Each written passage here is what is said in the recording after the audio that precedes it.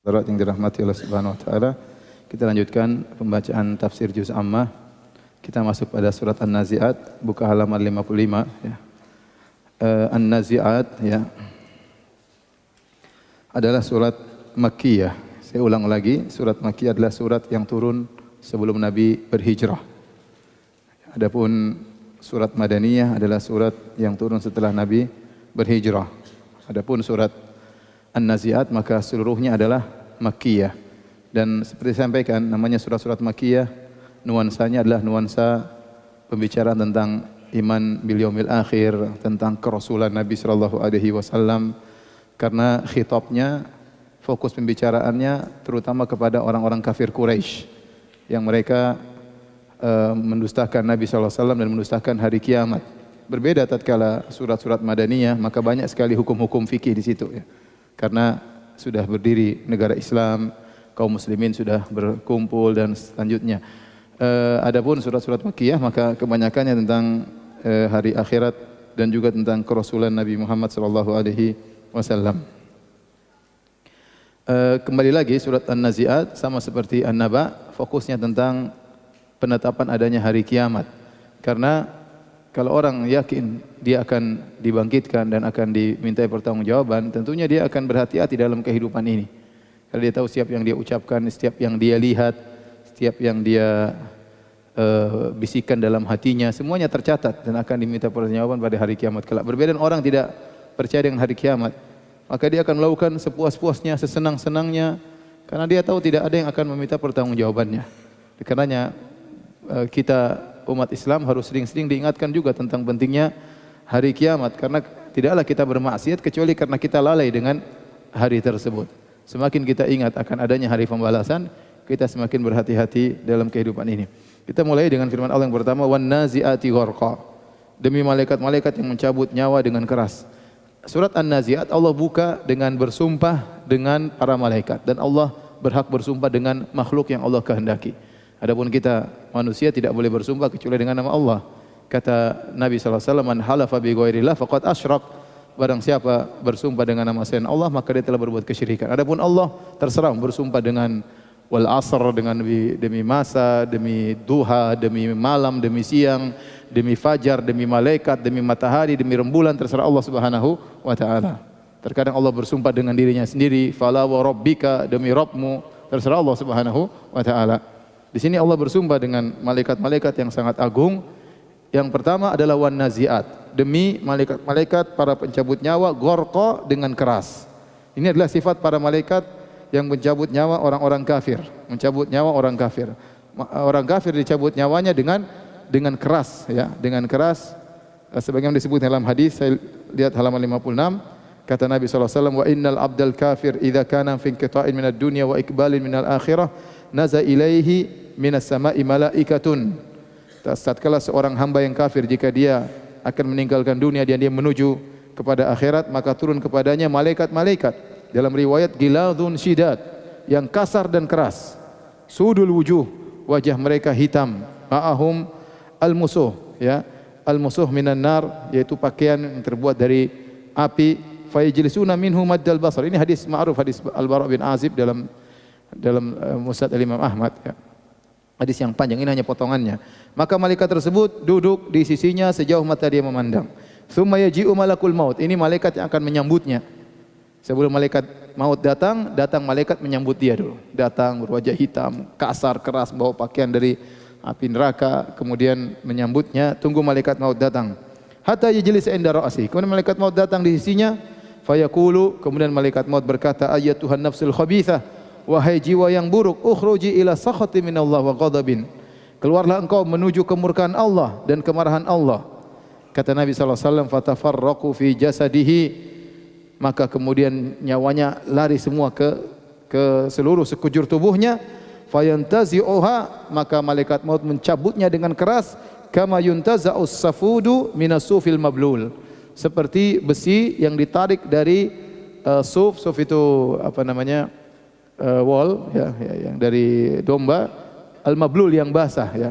Kalau ada besi misalnya jarum yang bengkok jatuh, kita mau keluarin dari sufil mablul susah ya, karena jarumnya bengkok, kemudian keras karena basah ya. Sehingga kalau kita mau tarik keluar pasti ngerobek wall-wall tersebut. Misalnya pasti robek dan itu tentunya ibarat seperti nyawa yang mau ditarik dari tubuh orang kafir yang keras, namun ditarik dengan keras meskipun merobek apa yang harus terobek ya. Artinya ini gambaran bahwasanya ditarik dengan sangat keras. Ya, oleh karenanya Imam Syaukani mengatakan wa igraqun nazi' fil qaus an yamuddahu ghayatal mad. Ai igraqan fi nazi' haitsu tanzi'uha min aqasil ajsam. Maksudnya gorkon kalau dalam bahasa Arab itu seperti orang mau panah dia tarik sungguh-sungguh, itu namanya gorkon. Tarik dengan keras. Itu namanya apa? Gorkon. Jadi menggambarkan malaikat narik nyawanya dengan keras, dengan kasar sehingga nyawanya yang tersebar seluruh tubuhnya ditarik dengan keras. Namun ini semua perkara yang gaib, kita enggak lihat. Kita enggak lihat. Makanya Allah mengatakan dalam surat Al-Anfal, "Walau tara idz yatawaffal ladzina kafarul malaikatu yadribuna wujuhum adbarahum wa dzuqu adzabal harik." Seandainya kau melihat bagaimana malaikat maut mencabut nyawa orang-orang kafir sambil memukul yadribuna wujuhum adbarahum, memukul wajah mereka, memukul bokong mereka, dan malaikat berkata, "Dzuqu adzabal harik." Silakan rasakan adab yang membakar. Namun kita enggak lihat. Ini semua perkara yang gaib. Bisa jadi orang kafir tersebut kelihatannya meninggal dalam kondisi tenang, bisa jadi mungkin tersenyum, kita enggak tahu. Tetapi ini semua gaib, nyawanya dicabut dengan apa? Dengan kasar. Makanya Allah mengatakan walau taro, seandainya kau lihat. Ya. Seandainya setiap orang kafir dicabut nyawanya kemudian kelihatan ya, rambutnya berdiri misalnya, asap keluar dari telinganya, semua orang masuk Islam kalau begitu caranya. Maka tidak ada yang gaib lagi. Padahal di antara kita dibebani untuk beriman yang gaib. Ya. Yang beriman dengan yang gaib, maka disiksanya nyawa orang kafir waktu dicabut dari nyawa mereka, ya tidak kelihatan. Terkadang Allah menunjukkan sebagian, tidak seluruhnya, tidak seluruhnya, ya, tidak seluruhnya. Terkadang Allah tunjukkan, terkadang Allah seringnya tidak menunjukkan. Karena ini adalah perkara yang gaib. Setelah itu Allah Subhanahu wa taala berfirman dengan model malaikat yang kedua, wan nasyitati nashta. Demi malaikat-malaikat yang mencabut dengan lemah lembut. Ini para malaikat yang mencabut nyawa orang mukmin. Dalam hadis tentang seorang mukmin akan meninggal dunia, summa yaji'u malakul mauti alaihi salam. Kemudian datanglah malaikat maut, hatta yajlisa inda ra'sihi. Kemudian duduklah di sisi kepala mukmin tersebut. Fayaqul, kemudian dia berkata, ayyuhan nafsut thayyibah, wahai jiwa yang baik. Dalam riwayat al-mutmainnah, wahai jiwa yang tenang. Ukhruji ila maghfiratin minallahi wa ridwan. Keluarlah engkau dari jasadmu menuju ampunan Allah dan keridhaan Allah. Kata Nabi SAW, fatakhruju tasilu kama tasilul qatratu minas siqa. Maka keluarlah nyawanya dari tubuhnya seperti tetesan air dari yang keluar dari mulut ceret. Jadi mudah seperti air yang mengalir. Tidak perlu ditarik-tarik ya. Tidak perlu ditarik-tarik. Kemudian Allah bersumpah dengan model malaikat lagi, kata Allah, wasabihati sabha. Demi malaikat yang turun dari langit dengan cepat. Malaikat ini makhluk yang ajaib, yang menakjubkan. Kata Nabi SAW, khuliqatil malaikatu min nur. Malaikat diciptakan dari cahaya. Wa khuliqal janna min marijim min nar. Dan jin diciptakan dari nyala api. Wa khuliqa Adam mimma wusifa lakum. Adapun Adam diciptakan sebagaimana yang Allah jelaskan dalam Al-Qur'an. Itu dari tanah, dari tin, kemudian tembikar, kemudian ditiup ruh, kemudian jadilah Nabi Adam alaihi salam. Malaikat diciptakan dari cahaya. Cahayanya apa kita enggak tahu. Tapi malaikat itu tidak makan, tidak minum. Energinya enggak pernah habis. Energinya enggak pernah habis. Kemudian kalau sudah beribadah kepada Allah, la yafturun, yusabbihuna al-laila wan nahar. Bertasbih kepada Allah siang malam tidak berhenti. Kalau kita entar lagi tidur jam 11. Nanti salat tarawih kaki goyang-goyang ya. Ini fatwa lama sekali. Kok enggak ini imam sekarang berubah model ya. Sekarang rakaat pertama 3 halaman, rakaat kedua juga 3 halaman ya. Kemarin kan 2 halaman. Jadi kita ingin selesai 1 juz dalam 8 rakaat. Makanya tadi agak lama ya. Antum lupa dikasih tahu ya. Jadi besok antum siap-siap. Antum beda dengan malaikat. Malaikat la yafturun, tidak pernah letih. Dalam ayat yang lain, la yas'amun, enggak pernah bosan. Enggak pernah bosan. Kita baca Quran saja kadang ada rasa bosannya, capek. Malaikat baca Quran Kalau baca Quran. Malaikat ibadah enggak pernah apa? Enggak pernah bosan. La yafturun la yasamun, enggak pernah letih, enggak pernah capek. Makanya kata Allah, kalau kalian sombong, enggak urusan bagi Allah. Ada hamba-hamba Allah yang beribadah tidak pernah letih, tidak pernah bosan. Ya. Jadi Allah punya hamba-hamba yaitu para malaikat yang luar biasa kekuatan mereka. Diciptakan dari cahaya yang sekali Allah ciptakan cahaya tersebut energinya enggak habis-habis. Lihatlah matahari, matahari orang bilang jutaan tahun umurnya. Enggak pernah habis energinya, enggak pernah berkurang. Kalau kurang kita sudah kedinginan. Ya, kalau kurang kita sudah kedinginan. Misalnya redup saja kita sudah tewas semuanya. Sudah jutaan tahun energi enggak pernah habis-habis. Malaikat, ya, malaikat Jibril dari dulu dan para malaikat yang lain tidak pernah makan, tidak pernah minum. Ya. Makanya waktu mereka datang ke Nabi Ibrahim siapkan makanan, mereka enggak makan. Falamma ra'a aydiyahum la tasilu ilaihi nakirahum. Lihat kok dikasih makan engkau enggak makan. Ternyata ini siapa ini? Ternyata malaikat. Padahal Nabi Ibrahim sudah capek-capek ya, potong sapi, kemudian panggang, kasih malaikat, enggak dimakan. Malaikat juga enggak bilang enggak usah. Ternyata enggak dimakan. Ngapa dia malaikat? Sumber energinya dari mana? Itu yang menakjubkan. Kemudian kekuatannya luar biasa. Dia kalau terbang cepat sekali. Malaikat Jibril kalau antar wahyu dari Allah kepada Nabi SAW cepat. Langsung sampaikan wahyu dari Allah Subhanahu wa taala. Kemudian terbang lagi melapor, ya. Jin masih kalah cepat. Jin makan dan minum. Makanya kalau orang masuk rumah tidak bilang bismillah, jin ikut, ya. Kalau antum makan kambing, jin juga makan kambing sama antum. Jin ikut makan sama antum, waktu masuk rumah tidak bilang bismillah, tidak baca doa. Ya, jin dia perlu energi, makan dan minum. Itu pun kecepatannya tidak bisa secepat malaikat. Jin paling jago namanya ifrit. Tadi dibacakan. Qala ifritun minal jinni ana atika bihi qabla an taquma min maqamik. Waktu Nabi Sulaiman mengatakan, siapa yang bisa datangkan man ya'ti bi arsyiha qabla an ya'tuni muslimin, ya. Siapa yang bisa mendatangkan singgasananya Ratu Balqis sebelum mereka datang kepadaku? Kata ifrit, saya bisa ya wahai baginda Sulaiman. Sebelum Anda berdiri dari kursi Anda, saya sudah datangkan singgasana Balqis. Singgasana Balqis di mana? Di Sabah, di Yaman. Sulaiman di mana? Sulaiman di Palestina. Jarak antara Palestina dengan Sabah ribuan kilo. Tapi sebelum Sulaiman berdiri dari tempat duduknya, bisa datangkan kursi Balqis. Cepat atau tidak, Ifrit?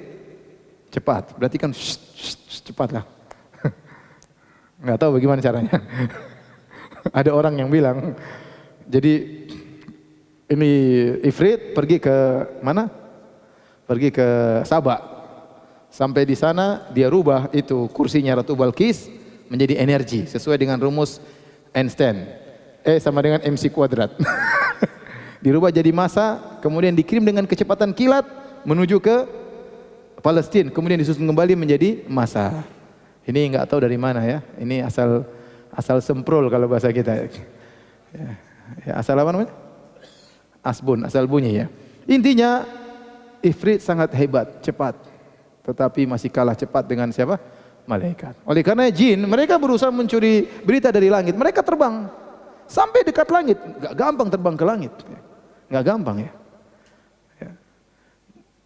Baru tiba di langit dunia, mereka saja tidak bisa langsung sampai ke atas. Mereka harus manjat-manjatan.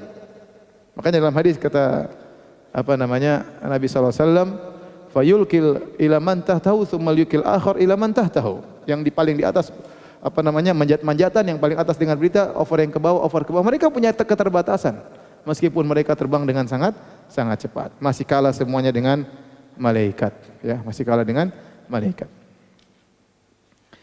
Kemudian kata Allah Subhanahu wa taala, fas-sabiqati sabqa, demi malaikat yang mendahului dengan kencang. Mereka mendahului dalam cepat dalam menjalankan perintah Allah Subhanahu wa taala. La ya'sunallaha ma amarahum wa yaf'aluna ma yu'marun. Mereka kalau diperintahkan langsung mereka jalankan, ya. Tidak pernah ditunda-tunda, tidak seperti kita.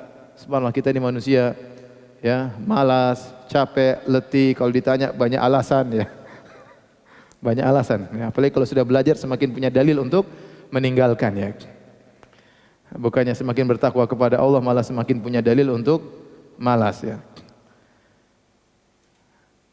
Ini semua menunjukkan malaikat adalah makhluk Allah yang dahsyat dan bisa terbang. Makanya Allah mengatakan, Alhamdulillahi fatiris samawati wal ard ja'ilil malaikati rusulan uli ajnihatin masna wa thulatha wa ruba' yazidu fil khalqi ma yasha. Kata Allah, segala puji bagi Allah yang telah menciptakan malaikat yang memiliki sebagai utusan-utusan Allah yang memiliki sayap 2, 3 dan 4. Ini sayap ya, bukan istri ya, jangan salah paham. Masna wa thulatha wa ruba', malaikat ada yang sayapnya 2, ada yang sayapnya 3, ada yang sayapnya 4. Kemudian kata Allah yazidu fil khalqi ma yasha. Dan ada yang Allah berikan lebih daripada itu. Contoh malaikat Jibril 600 sayapnya. 600 sayapnya. Kalau dibuka satu saja bukan seluruhnya. Satu aja dibuka saddal ufuk, menutup cakrawala. Nabi pernah melihat malaikat Jibril dalam bentuk aslinya. Nabi cuma lihat 2 kali malaikat Jibril dalam bentuk aslinya. Waktu dia buka sayapnya, maka kelihatan warna-warni yang indah. Maka kelihatan mutiara-mutiara yang jatuh di sayapnya. Makhluk yang sangat menakjubkan. Ya, sampai kelihatan warna-warni indah di malaikat Jibril, sayap malaikat Jibril. Ada yang sayapnya 2, ada yang sayapnya 3, ada yang sayapnya 4. Bagaimana kita enggak tahu? Kalau 2 bayangan kita ya kanan kiri lah. Kalau 4, 2 kanan 2 kiri. Kalau 3 kanan kiri 1 belakang ini. Enggak tahu kita. Kita enggak pernah lihat malaikat.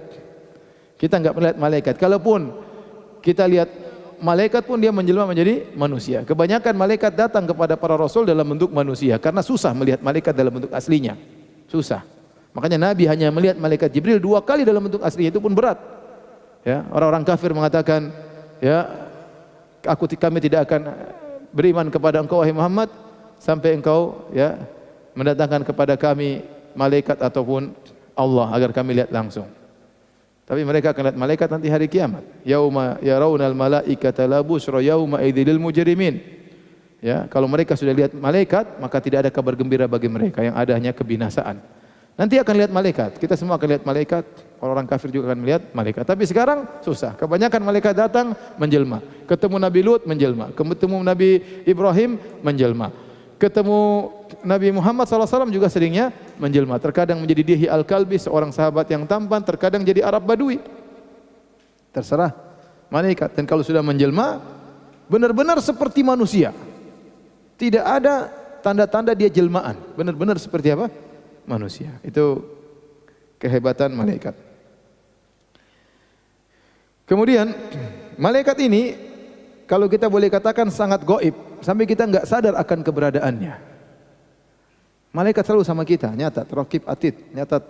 Ente ngomong dicatat, ente ngelihat dicatat, ente bisik-bisik apa dicatat, ente sendirian dicatat, semua dicatat sama raqib atid. Tapi kita enggak merasa kehadiran malaikat, benar-benar gaib. Beda kalau jin, jin gaib tapi kadang kita rasa. Kita lewat di gelap-gelap tahu-tahu merinding. Ada apa ini? Tinggal baca ayat kursi ya. Tetapi kadang dia muncul jadi apa namanya mak lampir. Kadang jadi, tapi sekarang mereka lagi di borgol jadi kurang berkeliaran. Tapi jin keberadaannya lebih kerasa daripada malaikat. Tapi malaikat pada lebih dahsyat daripada jin. Kemudian kata Allah Subhanahu wa taala fal mudabbirati amra. Demi para malaikat yang mengatur urusan. Jadi banyak malaikat mudabbirat, ada yang mengatur gunung, ada yang mengatur langit, ada yang mengatur awan, ada yang mengatur hujan, ada yang mengatur tumbuhan, ada malaikat maut. Ya. Malaikat banyak tugasnya, ya. Makanya dalam hadis banyak ya. Malaikat diberi tugas oleh Allah Subhanahu wa taala. Ada malaikat tukang nyatat, banyak malaikat. Menjadi perhatian kita, Allah mengatakan fal mudabbirati amra, demi para malaikat yang mengatur urusan-urusan. Ada malaikat mengatur hujan atau tidak? Ada. Malaikat mengatur awan? Ada. Malaikat mengatur gunung? Ada. Sampai Nabi waktu diusir dari Taif, datang malaikat gunung.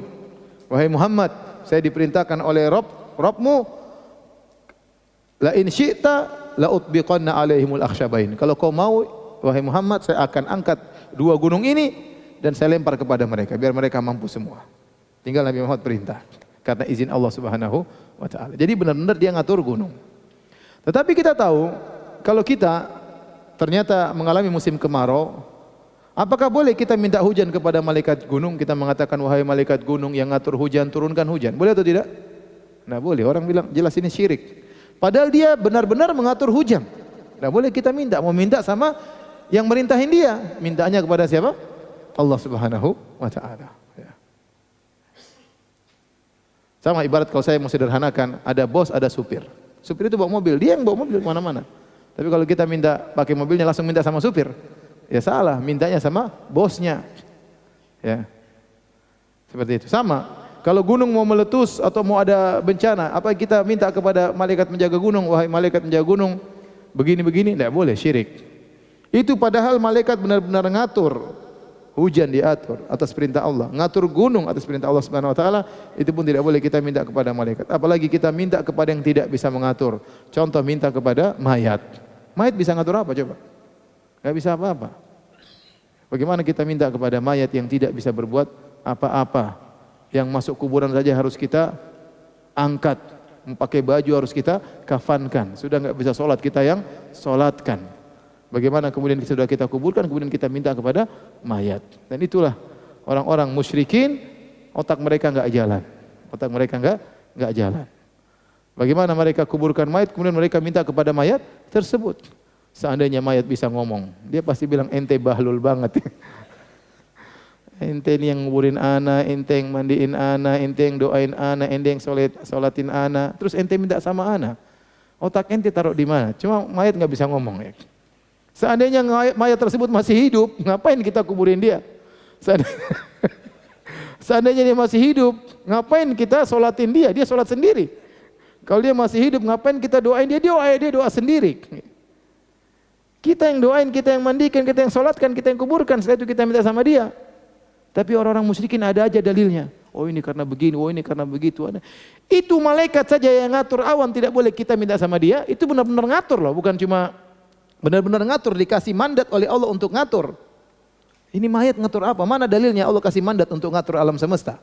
Ngatur kuburannya aja nggak bisa. Ya, ngatur kuburan saya nggak bisa. Kalau kuburannya kemudian ada longsor atau apa, dia nggak bisa apa-apa. Dia nggak bisa apa-apa.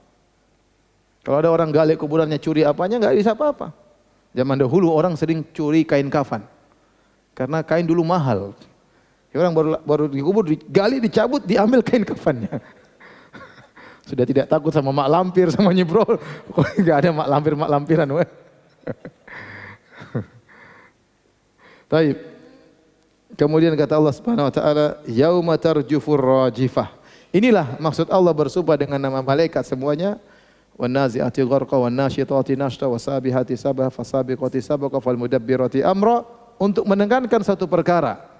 Allah bersumpah untuk menekankan suatu, seperti kita bilang, demi Allah saya bakalan begini, demi Allah akan terjadi begini. Kalau kita ingin menekankan sesuatu, kita sumpah dahulu. Allah pun demikian. Karena Allah Quran turun dengan bahasa Arab, maka Allah menggunakan uslub metode bahasa Arab untuk menekankan sesuatu, didahului dengan apa?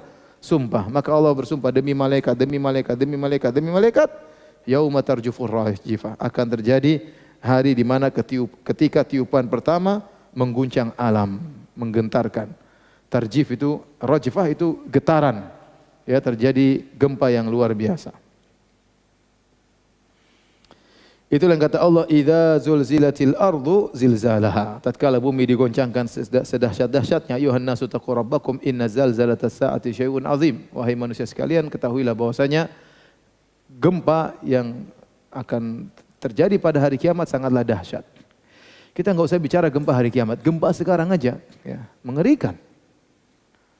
Waktu kita ke Lombok dengar orang cerita, mereka bilang terjadi gempa di Lombok, itu ada suara mengerikan. Ada suara apa?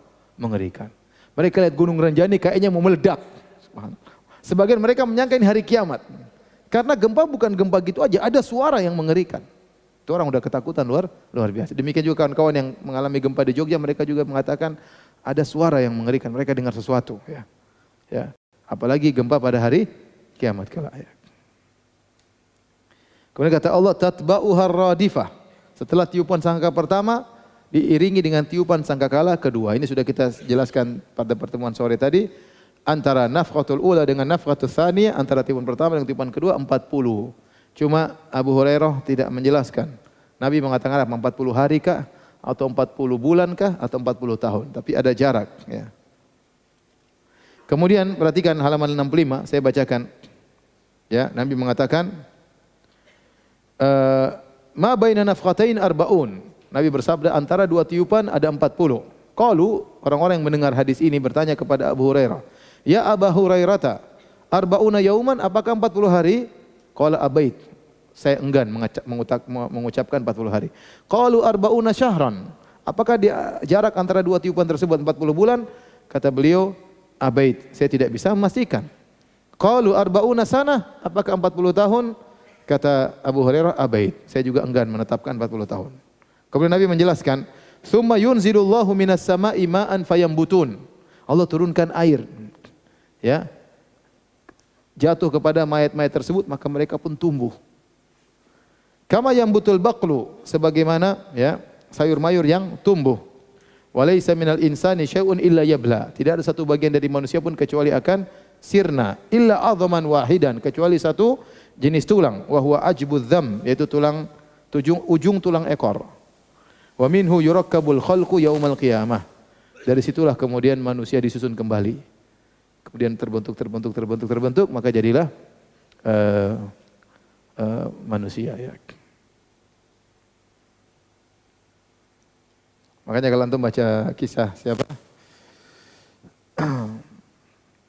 Yang Allah sebutkan dalam surat Al-Baqarah ya. Au kalladzi marra ala qaryatin wa hiya khawiyatun ala urushiha. Qala anna yuhyi hadhihi Allahu ba'da mautiha. Fa amatahu Allahu mi'ata amin thumma ba'atha. Qala kam labith? Qala labithu yawman aw ba'dha yawm. Qala bal labithta mi'ata amin fanzur ila ta'amika wa syarabika lam yatasanna wanzur ila himarika walinaj'alaka ayatan linnas wanzur ila al-idhami kaifa nunshiha thumma naksuha lahma. Konon ayat ini banyak ahli tafsir mengatakan ayat ini turun tentang Uzair. Uzair yang disembah oleh orang Yahudi. Seorang yang soleh. Dia waktu lewat suatu tempat setelah diserang oleh Bukhtanasor semuanya hancur. Terbetik dalam hatinya, bagaimana cara Allah membangkitkan. Dia tidak ragu dengan hari kebangkitan, tapi dia pikir, gimana caranya.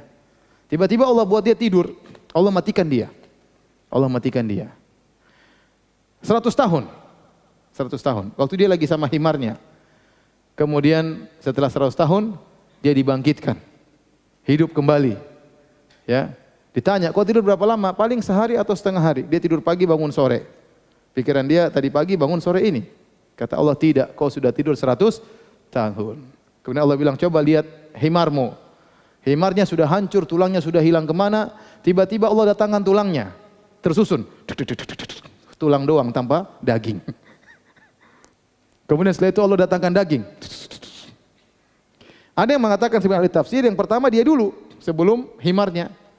Jadi yang pertama Allah bangkitkan kedua matanya. Kemudian dilihat proses tubuhnya sendiri dari tulang tersusun kemudian menjadi daging semua, kemudian datangkan apa?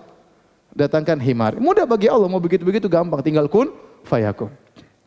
Kalau kita susah, kita enggak mungkin. Ya Allah mau apa-apa tinggal kun fayakun. Jadi Allah ingin katakan, wahai Uzair, semuanya mudah bagiku.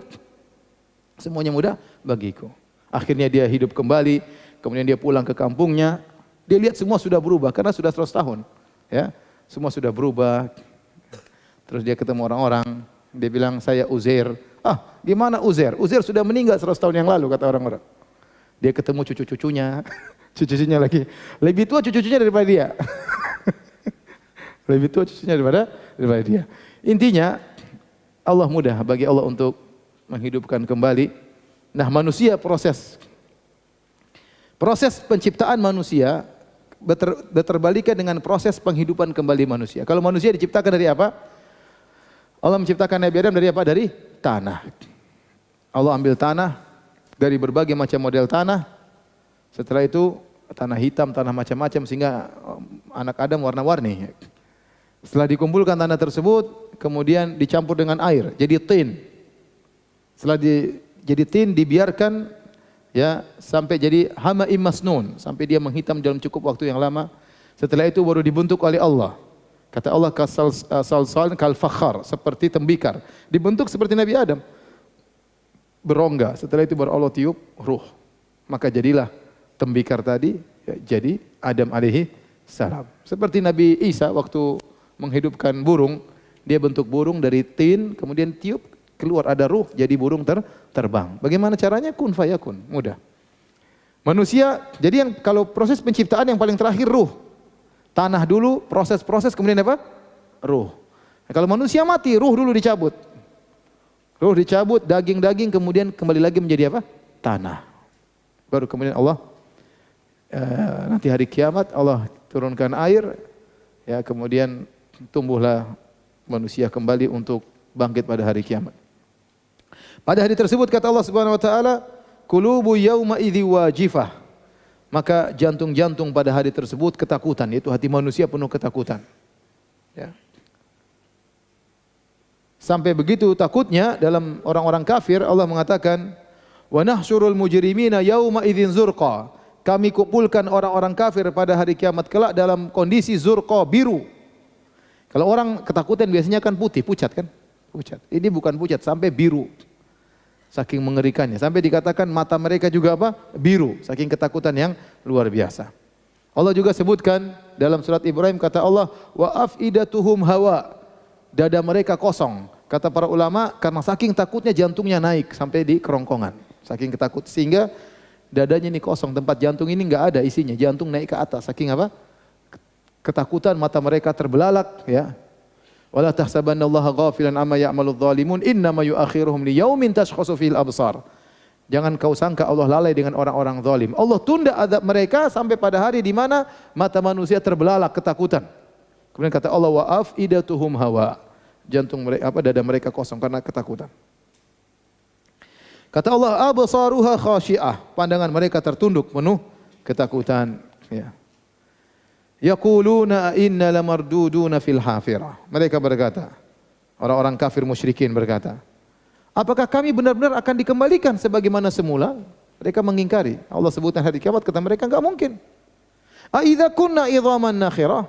Apakah kami akan kembali setelah menjadi tulang belulang yang sudah melumat sampai tidak dibedakan antara tulang dengan tanah? Tulang sudah jadi tanah, apakah mau dikembalikan oleh Allah? Kata mereka, qalu tilka idzan karratun khasirah. Kalau kita bisa dikembalikan, ini sungguh pengembalikan yang merugikan. Karena kita bakalan disidang, dihisap, repot. Kita enggak mau dikembalikan dan enggak mungkin bisa kembali. Kata Allah, mudah, fa innama hiya zajaratu wahidah. Sungguhnya pengembalian itu hanya sekali tiupan saja. Tiupan sangkakala yang kedua, tiba-tiba mereka apa? Fa idzahum bisahirah. Tiba-tiba mereka muncul lagi di atas permukaan bumi. Nabi menjelaskan tentang orang Bani Israel dahulu, ada yang ketakutan kepada Allah. Karena dia ketakutan, maka dia wasiatkan, dia banyak maksiat. Disebutkan dalam sebagian riwayat, lam ya'mal khairan qat illa tauhid. Dia tidak punya amalan apapun kecuali cuma tauhid. Waktu dia mau meninggal karena saking banyak maksiatnya, dia panggil anak-anaknya, dia bilang, "Idza mitu faharriquni, thumma thanuni, thumma dharuni fil yam warrih." Kata dia, wahai anak-anakku, kalau saya mati, bakar aku. Setelah aku jadi arang, tumbuk itu arangku biar jadi debu. Setelah jadi debu, kemudian tebarkankah ke lautan dan tebarlah ke udara biar kemana-mana. Kata dia, kalau Allah mampu bangkitkan aku, Allah akan azab aku dengan azab yang pedih. Akhirnya anak-anaknya jalankan wasiatnya. Bapaknya mati dibakar, setelah itu dihancurin jadi debu. Dari debu kemudian ditebarkan di lautan, ditebarkan di angin. Sudah debunya kemana-mana. Dia takut. Dia bilang kalau saya bangkit mampus saya. Terlalu banyak apa? Maksiat. Maka kemudian Allah bangkitkan dia. Kata Allah, ya ardu ijma'i ma fiki minhu. Wahai bumi, kumpulkan semuanya dia yang ada padamu. Angin bawa kembali, semuanya dikembalikan kau hidup lagi. Muncul lagi. Kata Allah, wa ma hamalaka ala dzalik. Apa yang buat engkau mendorongmu untuk membakar dirimu? Kata dia, khasyataka ya Rabb, karena saya takut kepada engkau. Kata Allah, saya ampuni engkau. Ya. Kenapa? Karena dia punya tauhid. Ya, intinya Allah membangkitkan sesuatu mudah sekali. Mudah bagi Allah Subhanahu wa taala. Nah, manusia nanti akan dibangkitkan di atas permukaan bumi bisahirah di suatu padang namanya padang mahsyar.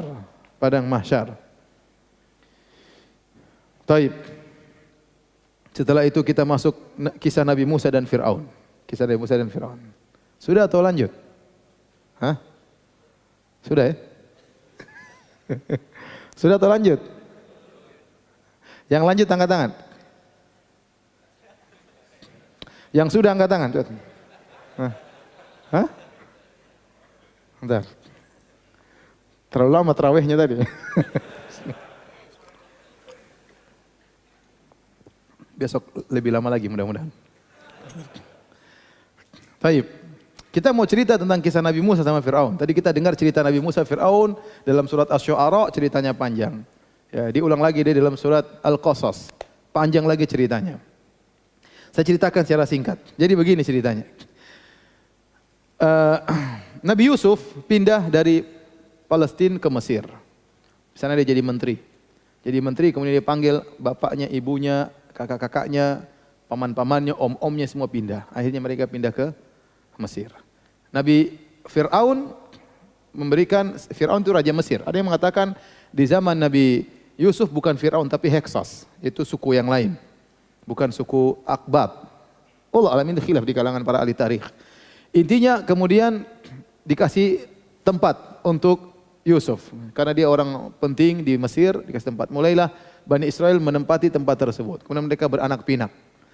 Sampai akhirnya Yusuf meninggal dunia. Waktu Yusuf meninggal dunia, mulailah orang-orang Mesir berbuat zalim kepada Bani Israel. Entah itu suku Heksos atau suku Akbat. Ya.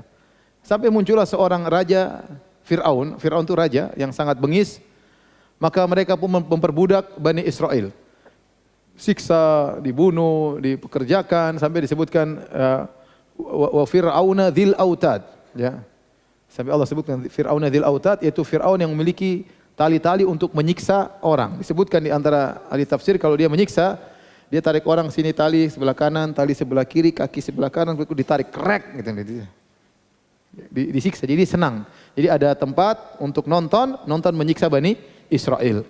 Ini beratus-ratusan tahun. Kemudian mereka di sini mereka bersabar, Bani Israel bersabar. Kemudian sampai akhirnya entah Fir'aun kebablasan dia ngaku sebagai Tuhan. Ngaku sebagai Tuhan. Tadinya dia mengaku sebagai Tuhan di Mesir, ya. Ya, kemudian kata dia alaisa li mulku Misra ya. Wa hadhil anharu tajri min tahti. Bukankah aku yang memiliki negeri Mesir? Setelah dia mengaku sebagai Tuhan Mesir, kemudian dia tambah sombong, dia mengatakan ana rabbukumul a'la, aku Tuhan yang paling tinggi. Kalau ada tuhan-tuhan selain aku yang paling hebat.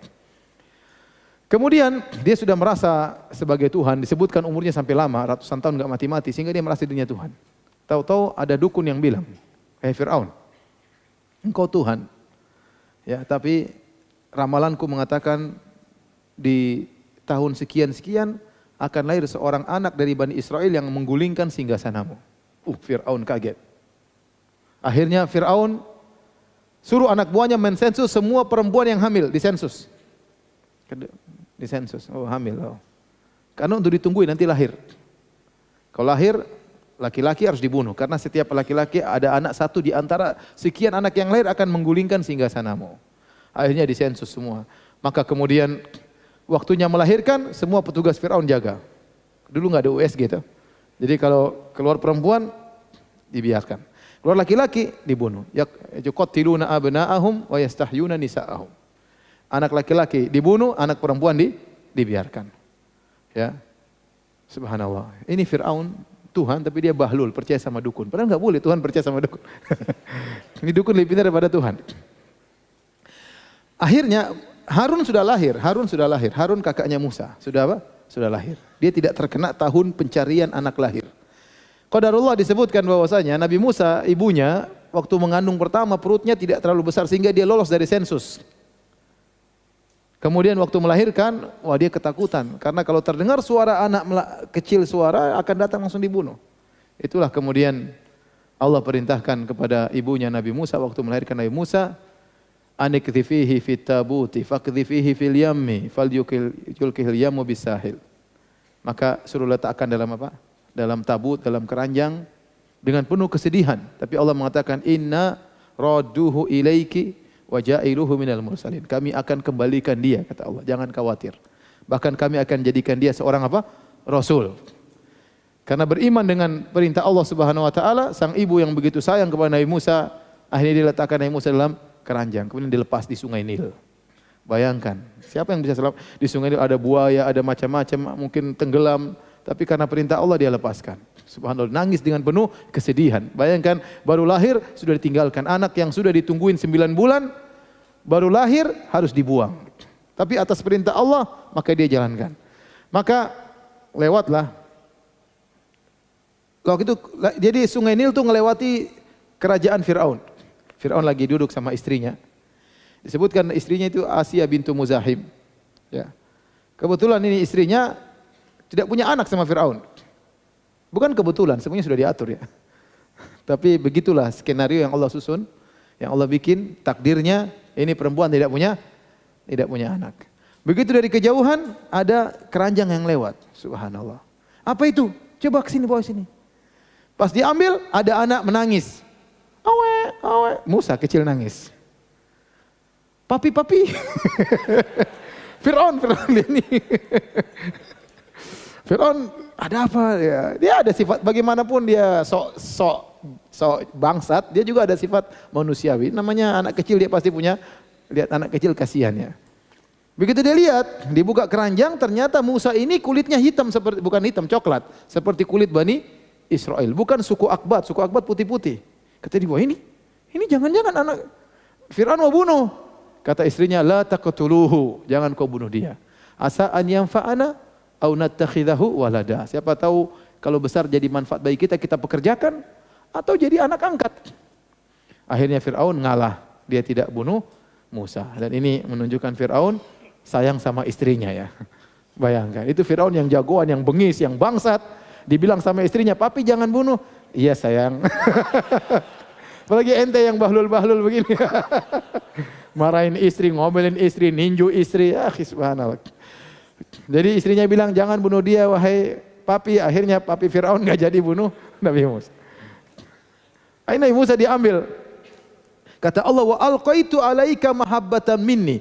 Aku kirimkan rasa cinta kepada orang jika lihat kamu.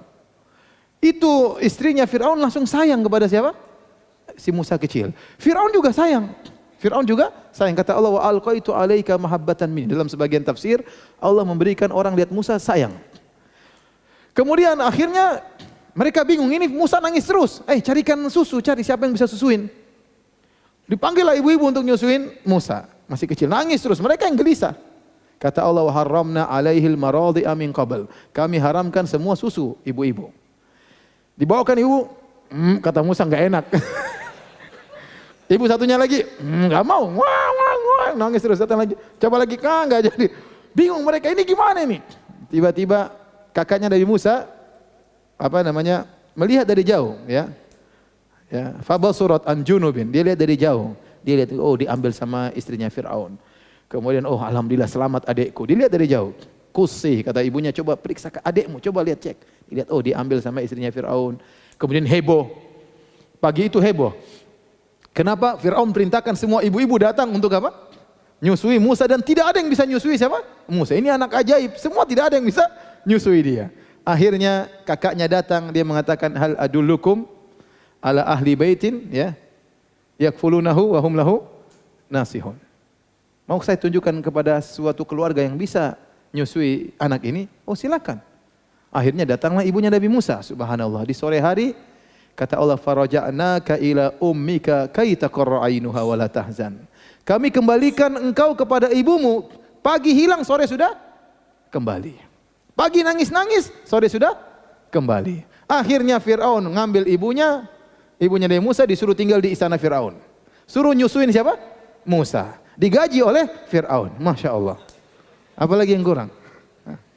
Tadi tinggal di kampung ketakutan, rumah miskin-miskin. Sekarang tinggal di mana? Istana, kerjaannya nyusuin anaknya sendiri.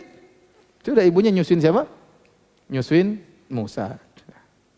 Jadi kalau Allah berkehendak ya. Itulah yang Allah Subhanahu wa taala waktu Nabi Musa minta kepada Allah karena ketakutan, Allah mengatakan, idhab ila fir'auna innahu tagha. Wahai Musa, pergilah kepada Fir'aun, sungguhnya dia telah melampaui batas. Nabi Musa ketakutan. Nabi Musa mengatakan, Rabbi syrah li sadri wa ya Allah, lapangkanlah dadaku, mudahkan urusanku, biarkanlah mereka paham apa yang ucapkan. Minta, kata Allah, qala qad utita su'laka ya Musa, sungguh permintaanmu telah dikabulkan. Kemudian kata Allah, wa laqad mananna 'alaika marratan ukhra. Sungguh aku telah beri engkau anugerah dan kenikmatan sebelum ini yang kau tidak pernah minta. Allah ceritakan, tatkala kau mau dibunuh, tatkala ibumu melahirkanmu, tatkala ibumu melemparmu di sungai, tatkala sampai aku kembalikan kepada ibumu, itu semua nikmat yang aku berikan kepadamu dan kau tidak memintanya sama sekali. Apalagi sekarang kau minta, aku akan kabulkan. Dan kita pun demikian, betapa banyak nikmat yang Allah berikan kepada kita tidak minta. Kenapa? Karena kita tidak mengetahui semua yang baik buat kita. Kita terkadang minta-minta, Allah tidak kabulkan. Banyak perkara yang kita tidak minta, Allah kasih. Karena Allah tahu ini yang pas buat kita. Karena Allah yang lebih tahu tentang kemaslahatan kita. Akhirnya Nabi Musa pun tinggal di kerajaan Fir'aun, jadi anak angkat Fir'aun, ya. Kemudian jadi orang kuat, makannya sehat, ya kan? Kalau makan di Bani Israel mungkin makan rumput, ini makan roti, makan daging, kuat, jago berkelahi, pokoknya Musa jagoan lah, hebat. Sampai dia besar, orang semua segan sama dia, karena dia anak angkatnya siapa? Fir'aun. Sampai terjadi suatu kasus. Tadi disebut dalam surah Al-Qasas, wa dakhalal madinata ala hini ghaflatin min ahliha. Suatu hari Nabi Musa masuk di kota, tengah kota di siang hari, orang lagi banyak tidur. Tiba-tiba fawajada fiha rajulaini yaktatilan. Ada dua orang sedang bertengkar.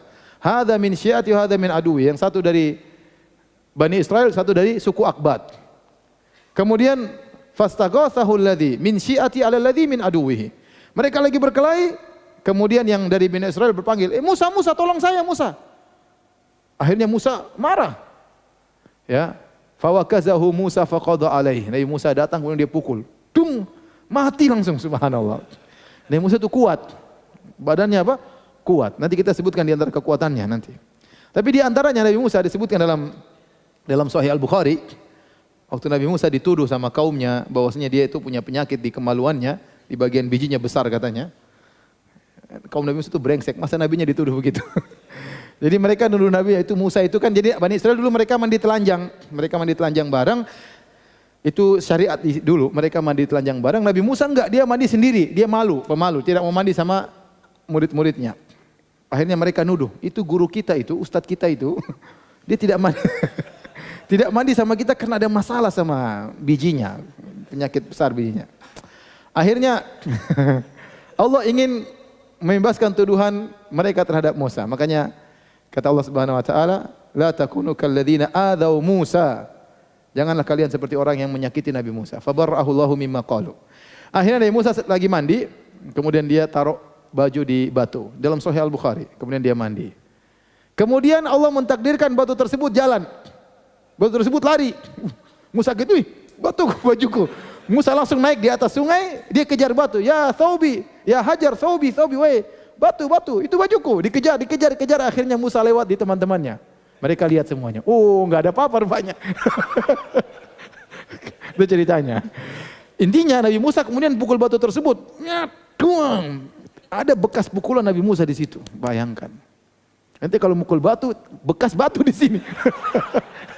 Nabi Musa pukul batu ada bekas tangannya di situ. Nabi Musa, makanya mukul manusia gampang sekali. Disebutkan Nabi Musa tidak ingin membunuh dia, cuma ingin dorong, tapi langsung mati. Karena saking kuatnya siapa Nabi Musa. Fawakazahu Musa faqadha, meninggal. Waduh. Nabi Musa minta maaf kepada Allah Subhanahu wa taala, faghafara lahu. Ya. Allah pun mengampuni dia. Kemudian besoknya lagi ada kejadian. Nabi Musa sudah ketakutan. Waduh, nanti ketahuan sama Fir'aun bagaimana ini? Kalau bapak angkatku tahu repot. Besok lagi, masalah lagi.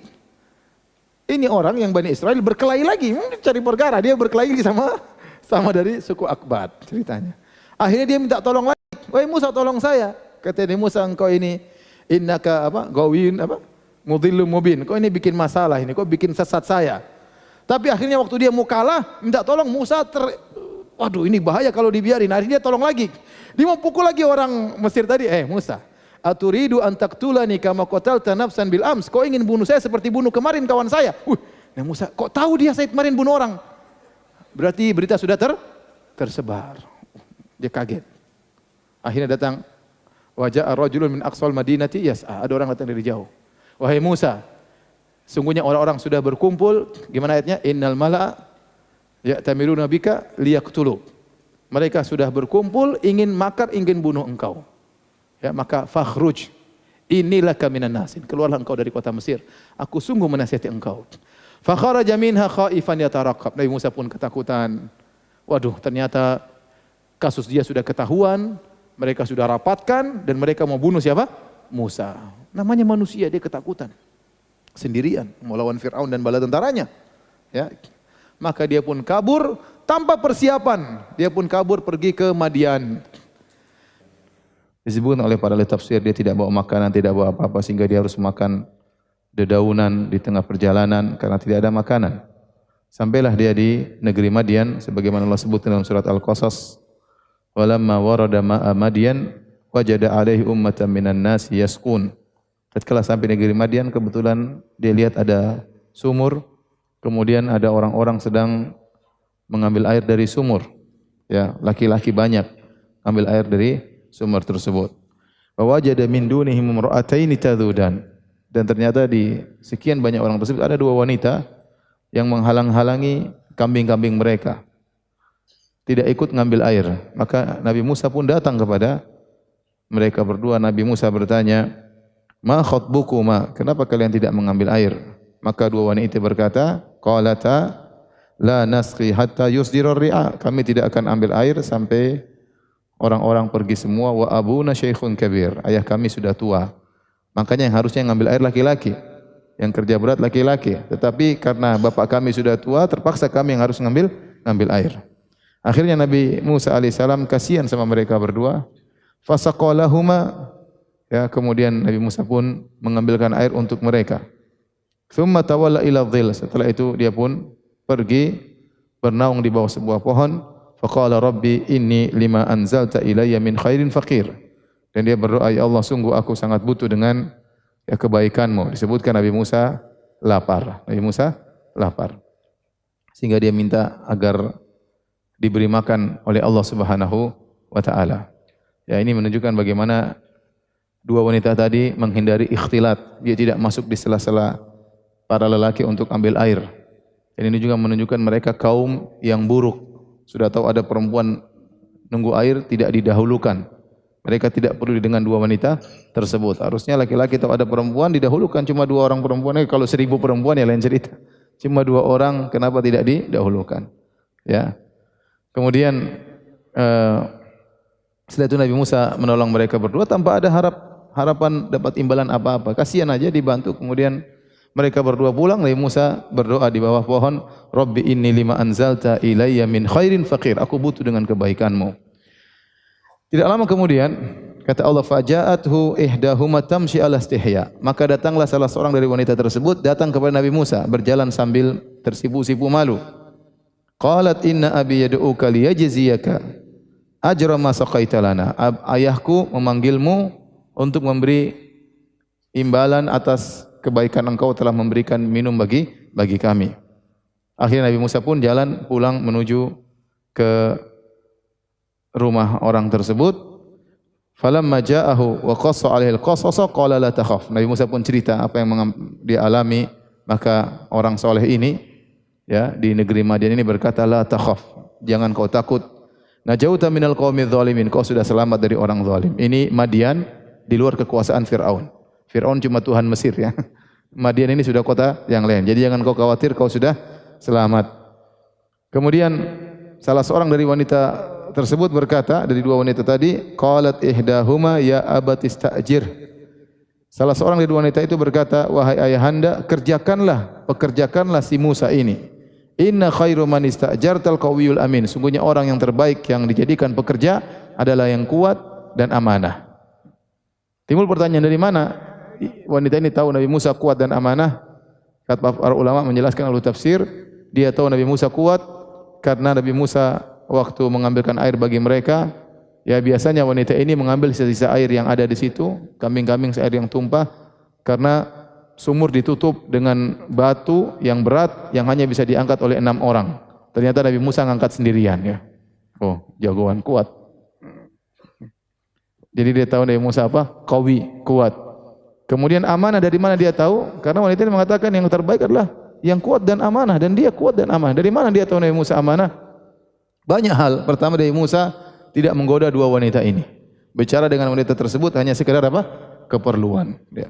Kemudian yang kedua, waktu wanita ini mengantar Nabi Musa ke rumah bapaknya, disebutkan sebagian ahli tafsir Nabi Musa jalan di depan, perempuannya di belakang. Nabi Musa tidak ingin perempuannya di depan. Karena kalau perempuan depan dia akan melihat lenggak-lenggok lekukan tubuhnya dan dia bisa tergoda. Maka dia di depan, perempuan di belakang. Terus bagaimana bisa sampai? Perempuan itu pegang kerikil. Kalau belok kanan dia lempar ke kanan.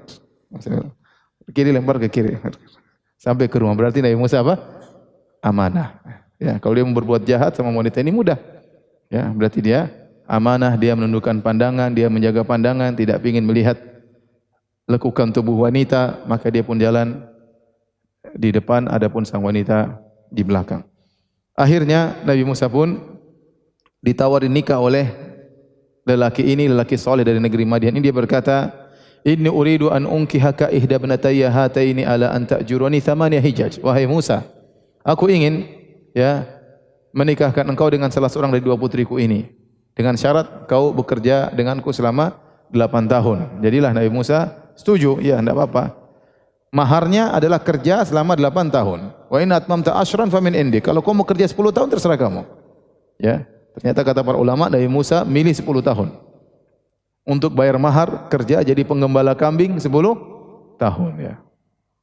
Luar biasa ya, karena pernikahan ini mitsaqon ghalidha. Pernikahan itu adalah janji yang berat. Oleh karenanya maharnya harus ditunaikan. Nabi Musa untuk menikahi wanita ini dia kerja berapa tahun? 10 tahun. Jadi penggembala kambing. Dan Nabi mengatakan setiap nabi pasti jadi penggembala kambing. Bagaimana caranya? Allah yang atur. Nabi Musa yang anak raja, anak angkat raja, hidup dalam kemewahan, yang mungkin sebelumnya belum pernah gembala kambing. Allah atur ceritanya sampai dia harus menggembalakan apa? Kambing. Dia menggembalakan kambing. Akhirnya dia pun hidup di situ menggembalakan kambing. Setelah 10 tahun, Nabi Musa kemudian rindu untuk pulang ke Mesir. Falamma qadha Musa al-ajala wa sara bi ahlihi, kemudian dia ingin pulang ke Mesir. Mungkin dia menyangka 10 tahun sudah berlalu, mungkin kasus sudah ditutup atau kasus sudah dilupakan karena kasus dia membunuh orang tersebut ya. Mudah-mudahan mereka sudah tidak mencari dia. Dia ingin jalan pelan-pelan, diam-diam tidak ketahuan, maka dia bawa istrinya pergi ke kota Mesir. Di tengah perjalanan tiba-tiba dia melihat api dari kejauhan ya. Idh naran faqala li ahlim kuthu inni anastu nara la'alli atikum minha biqabasin aw ajidu 'ala nari huda. Dalam ayat yang lain la'allakum tastalun. Musim dingin, mereka berjalan musim dingin menuju Mesir. Dari kejauhan Nabi Musa melihat api dan dia sayang sama istrinya. Jangan sampai istrinya kedinginan. Dia bilang, "Kau tunggu sini, saya ambil api dulu supaya siapa tahu bisa menghangatkan engkau." Nabi Musa sih kuat. Dia tidak jalan saja enggak ada masalah, tapi dia kasihan sama apa? Istrinya. Jadi antum harus sayang sama apa? Istri. Istri satu saja sayang baik-baik ya. Karena satu-satunya mau mana lagi. Udah itu disayangi baik-baik. Jangan macam-macam ya. Kalau dua maka ada pilihan kanan kiri. Ini cuma satu ya sudah. Sayangi baik-baik. Kalau kedinginan diselimutin seperti itu ya. Tapi Nabi Musa mengatakan tunggu sebentar, saya ambil apa? Ambil api. Untuk apa? La'allakum tastalun, agar kalian hangat. Waktu sampai sana ternyata Allah Subhanahu wa taala bertemu dengan Nabi Musa. Maka Allah pun berbicara dengan Nabi Musa ya. Maka Allah mengatakan, "Ya fakhla na'laika innaka bil wadil muqaddas itu." Wahai Musa, lepaskanlah kedua sendalmu. Sungguhnya kau berada di lembah yang suci. Diajarin adab. Kalau mau ke lembah suci lepas kedua sendal. Ya Musa lepas kedua sendalnya. Innani anallahu la ilaha illa ana fa'budni wa aqimis sholata li dzikri.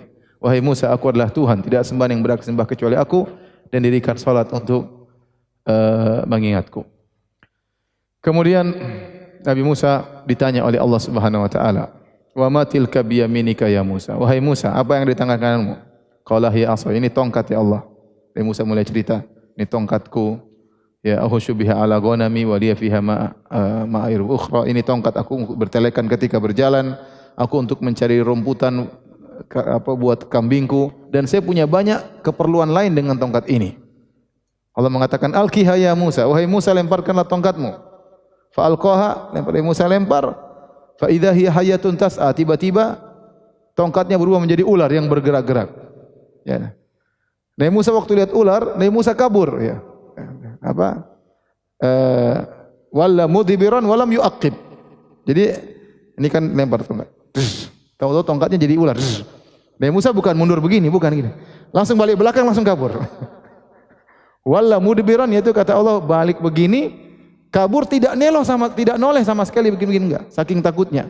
Orang kan kalau mundur-mundur enggak. Dia enggak mundur-mundur. Padahal Nabi Musa jagoan, tapi ularnya terlalu besar. Maka Nabi Musa caranya walla mudbiran walam yuaqib, maksudnya itu begitu lihat tongkat jadi ular dia langsung balik. Walam yu'aqib, kabur tanpa melihat ke belakang sama sekali, kabur. Kata Allah, ya Musa, aqbil wala takhaf. Ya. Innahu la yakhafu. Bagaimana ayatnya? Ya hai Musa, baliklah, jangan kau takut, ya. Kau aman di sisiku. Nabi Musa pun balik, kata Allah Subhanahu wa taala, ya. Kata Allah Subhanahu wa taala, ambillah tongkat tersebut, ya. Gimana dalam surat Thaha, kata Allah Subhanahu wa taala, wa ma tilka bi yaminika ya Musa, qala hiya asaya tawakkal 'alaiha wa ashbi 'ala ghanami wa liya fiha ma'arib ukhra, qala alqiha ya Musa, fa alqaha fa idha hayyatun tas'a, qala khudhha wa la takhaf sanu'iduha sirataha al-ula. Kata Allah, ambillah tongkatmu, jangan kau takut, kita akan ulangi lagi pada kesempatan yang lain. Kenapa Allah menyuruh Nabi Musa melempar tongkatnya menjadi ular? Kata para ulama, karena ini briefing, ya, latihan dulu, ya. Karena ini tongkat akan jadi mukjizat di hadapan Fir'aun, ya. Kemudian Allah mengatakan, "Wadmum yadaka ila janahika takhruj baydha'a min ghairi su'in ayatan ukhra." Masukkan tanganmu dan keluarkan. Waktu keluarkan jadi bercahaya. Bukan karena sakit atau berwarna putih tiba-tiba, bukan karena sakit kusta, sakit apa enggak, atau sakit baras, tapi keluar cahaya, ya.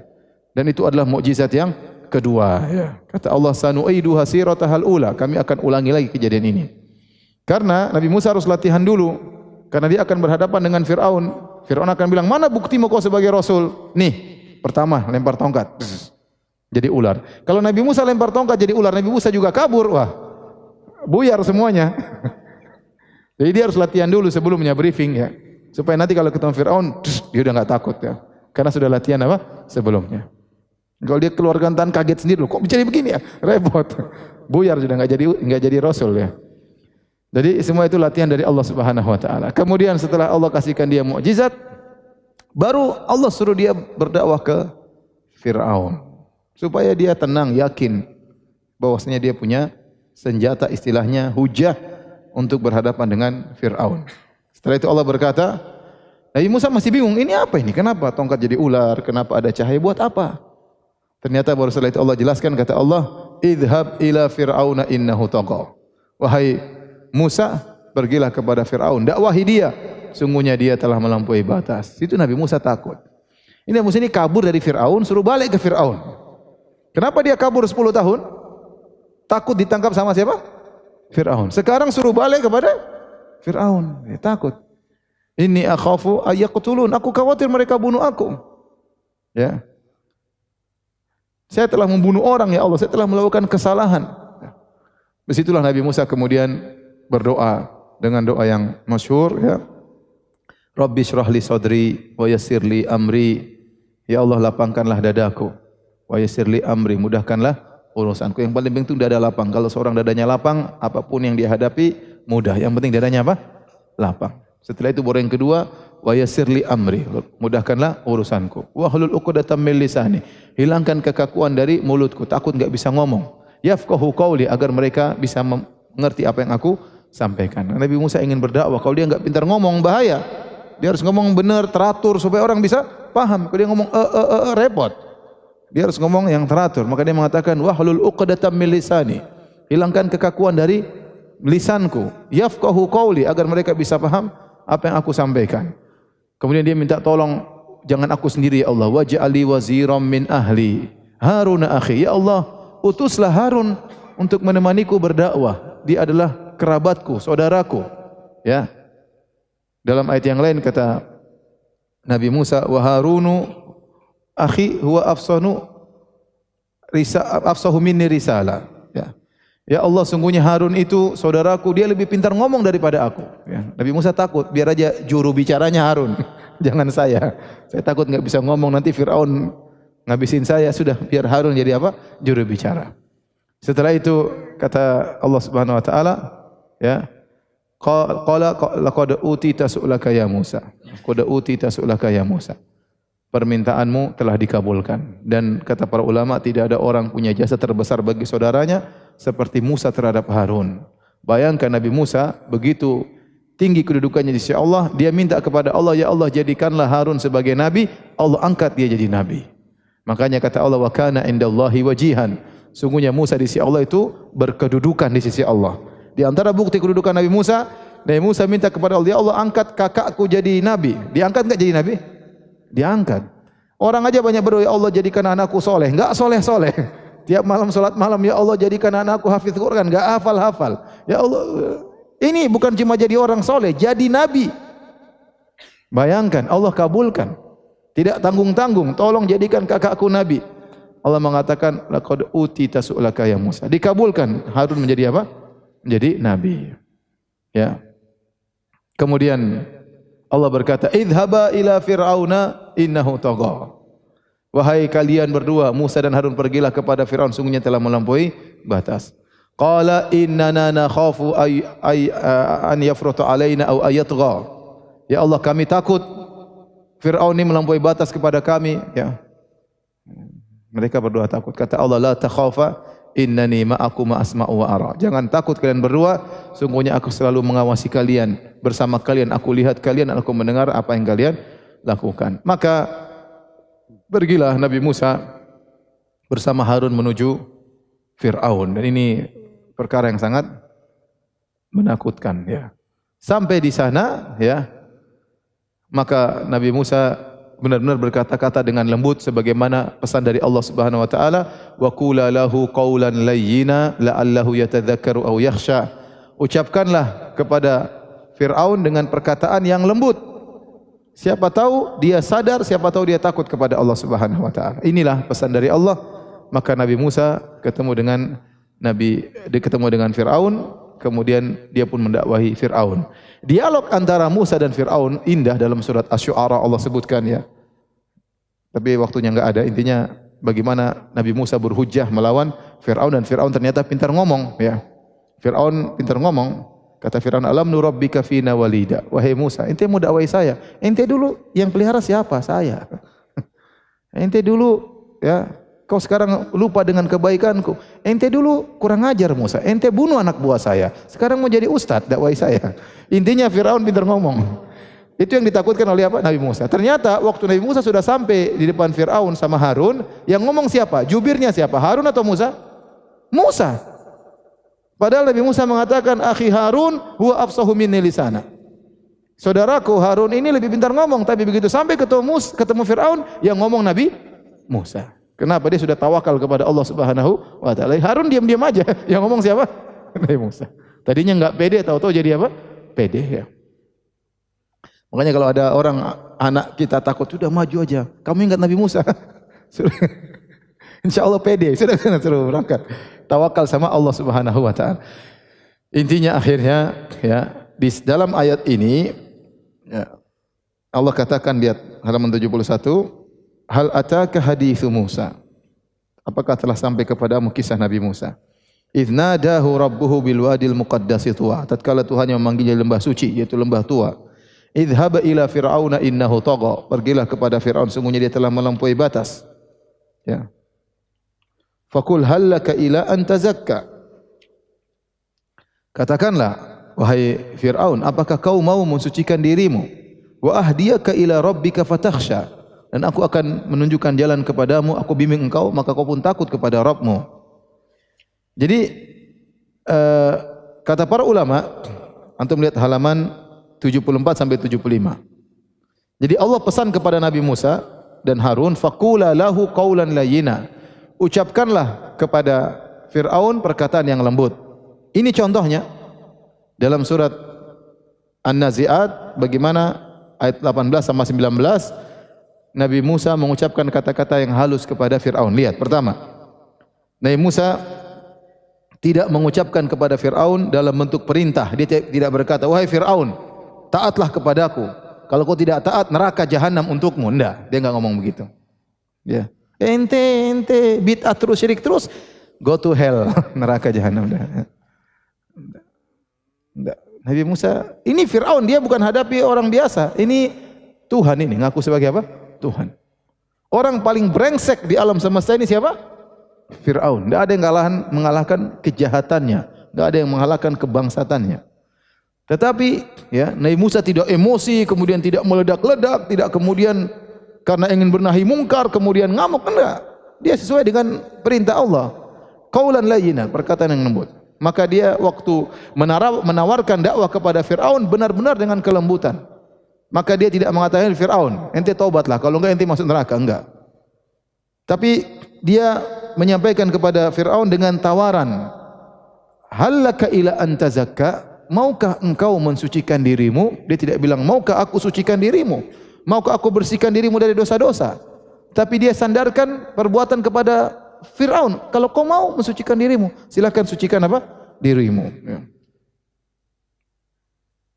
Dan ini adalah penawaran yang baik, penawaran suatu yang bersih. Orang semuanya ingin suci. Ya. Maukah engkau mensucikan dirimu? Dia tidak mengatakan sucikan dirimu, enggak. Maukah engkau mensucikan dirimu? Kemudian juga di antaranya wa ahdiyaka ila rabbika fatakhsha, dan engkau akan kutuntun ke jalan Tuhanmu agar engkau takut kepadanya. Situ lihat, inilah bentuk kelembutan Nabi Musa dalam mendakwai Fir'aun. Musa berkata bahwa dirinya siap menjadi penunjuk jalan seandainya Fir'aun ingin mensucikan diri.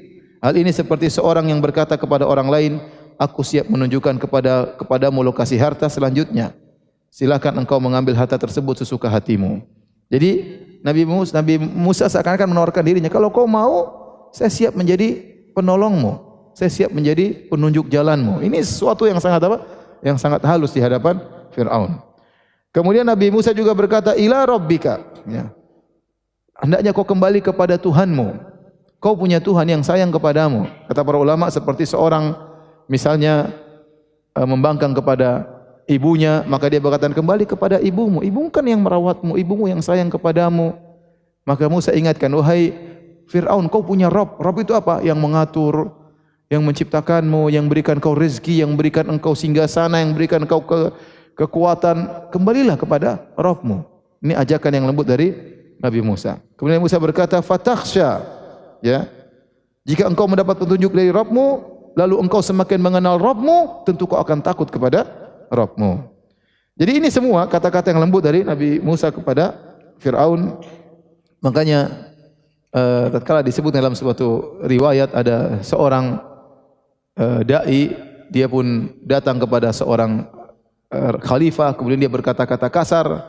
Akhirnya khalifah itu berkata, wahai fulan, sungguhnya engkau tidak lebih baik daripada Musa, dan aku tidak lebih buruk daripada Fir'aun.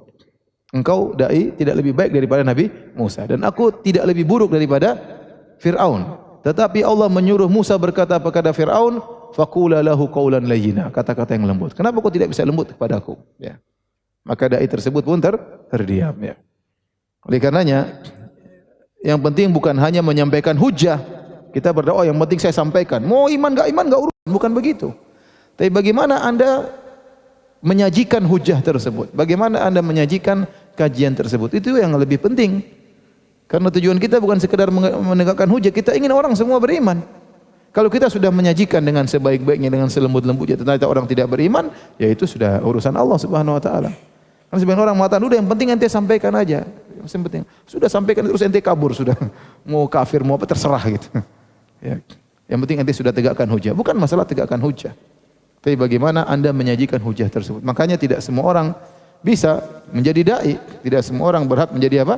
Dai, ya. Terutama kalau hal-hal yang genting, perkara-perkara yang berat, butuh fikih dalam menyampaikan agama Allah Subhanahu wa taala.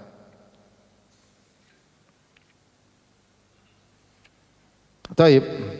Setelah Nabi Musa menyampaikan dengan penuh kelembutan, terjadi dialog antara Musa dengan Fir'aun. Kemudian sudah disampaikan mukjizat begitu banyak, ya. Gimana dalam ayat ayatin Allah berikan kepada Nabi Musa 9 mukjizat, ya. Semuanya dilihat oleh Fir'aun. Tapi dasar Fir'aun hatinya sudah mati, dia tidak beriman. Kata Allah, fakadzdzaba wa asa. Maka dia pun mendustakan dan dia pun membangkang Nabi Musa. Tsumma adbara yas'a. Kemudian dia pun berpaling seraya menantang. Fahasyara fanada. Kemudian dia mengumpulkan pembesar-pembesarnya, lalu berseru memanggil kaumnya. Faqala ana rabbukumul a'la. Semakin angkuh dia mengatakan, aku adalah Tuhan kalian yang maha tinggi. Kata Allah, fa akhadahu Allahu nakalal akhirati wal ula. Maka kami pun menyiksa dia dengan siksaan yang terakhir dan siksaan yang pertama. Di sini Allah sebutkan Allah siksa dia dengan dua siksaan. Apa ini maksud dengan dua siksaan yang Allah berikan kepada Fir'aun? Ada tiga pendapat, saya tulis lihat halaman 80. Pendapat pertama yang dimaksud dengan siksaan pertama dan siksaan kedua, siksaan pertama adalah ditenggelamkan oleh Allah Subhanahu wa taala, kemudian dimasukkan dalam alam barzakh, disiksa. Ini siksaan pertama. Ditenggelamkan di Laut Merah, ya. Kemudian disiksa dalam alam barzakh. Jadi intinya setelah Nabi Musa berdakwah kepada Fir'aun, ternyata Fir'aun tidak beriman. Kemudian akhirnya justru Fir'aun menantang Musa, dituduh Musa adalah penyihir, ya. Sahirun, ya.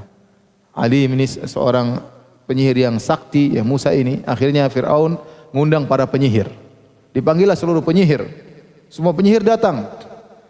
Waktu penyihir datang, Fir'aun iming-imingi dunia. Ya. Inna lana la ajran in kunna nahnul ghalibin. Wahai Fir'aun, apa kami akan dapat upah kalau kami yang menang? Kata Nabi Musa, kata Fir'aun, bukan cuma dapat upah, bahkan kalian minal muqarrabin. Kalian akan menjadi dekat, dapat jabatan. Dapat upah, dapat apa? Jabatan. Ini para penyihir Fir'aun datang cari dunia. Ya. Niatnya buruk, ingin mengalahkan Musa. Dan mereka ahli sihir. Maka akhirnya setelah mereka datang, mereka berduel dengan Nabi Musa. Akhirnya Nabi Musa mengatakan, saya yang lempar dulu atau kalian yang lempar? Kata mereka, kami yang lempar dahulu. Ya, akhirnya mereka pun lempar tongkat-tongkat mereka, lempar tali-tali mereka, tiba-tiba fa idza hibaluhum wa isyum yukhayyalu ilaihi min sihrim annaha tas'a. Kemudian jadilah dengan sihir mereka tali-tali tersebut menjadi ular. Nabi Musa pun takut. Fa aujasa fi nafsihi khifatan Musa. Yukhayyalu ilaihi min sihri. Nabi Musa tersihir min sihrihim annaha tas'a. Nabi Musa juga tersihir sehingga melihat seperti ular betulan. Akhirnya dia pun ketakutan. Allah mengatakan, lemparkanlah tongkatmu hai Musa. Pas Nabi Musa lempar tongkat, tiba-tiba tongkat tersebut menjadi ular lebih besar, akhirnya makan ular itu semuanya. Tatkala dilihat oleh para penyihir, ternyata ularnya Nabi Musa ular betulan, ya. Bukan ular mainan, bukan ular-ularan. Ya. Akhirnya mereka sadar ini benar-benar utusan Tuhan.